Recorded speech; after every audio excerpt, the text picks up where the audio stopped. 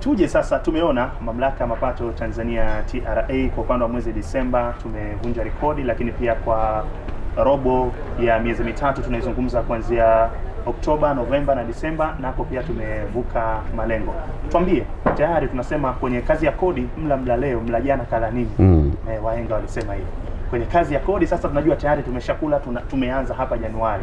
Malengo kuhakikisha kwamba TRA mkoa wa Arusha tunafanya vizuri ya kodi katika robo hii ya mwaka ambao tayari tumeshaianza. Tuna mikakati mingi kwa robo robo ya tatu ya mwaka huu wa fedha, lakini nusu ya pili ya mwaka huu wa fedha.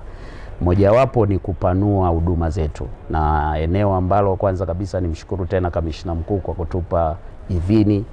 Tuna mpango wa kufungua kituo cha huduma kwa mlipa kodi eneo la Muriet au maarufu kule chini kwa Mrombo, kwa sababu tunaona kwamba uchumi wa Arusha unakuwa kuelekea eneo lile.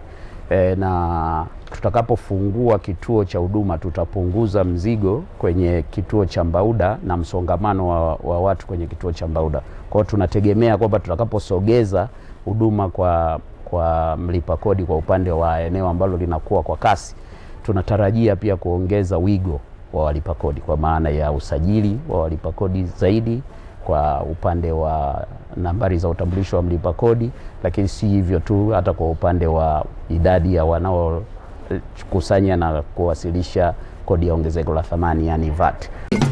TRA, pamoja tunajenga taifa letu.